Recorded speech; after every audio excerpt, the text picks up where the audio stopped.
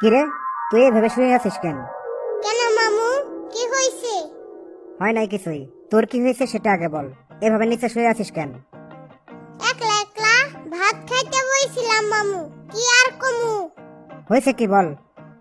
বইছিলাম ভাত খাইতে, প্লেটের ভাত শেষ না হইতেই তরকারি শেষ হয়ে গেল।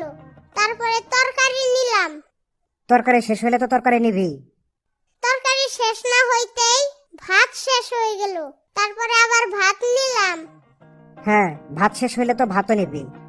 পরে এইভাবে খাইতে খাইতেই খাওয়া বেশি হয়ে গেছে। একবার ভাত বেশি হয়, আবার তরকারি বেশি হয়। এইভাবে ব্যালেন্স করতে গিয়া খাওয়া বেশি হইছে। বুঝছি। তো এখানে শুয়েছিস কেন তুই? বিছানা ছিল না?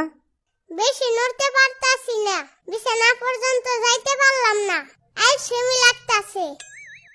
অতিরিক্ত সবকিছুই খারাপ।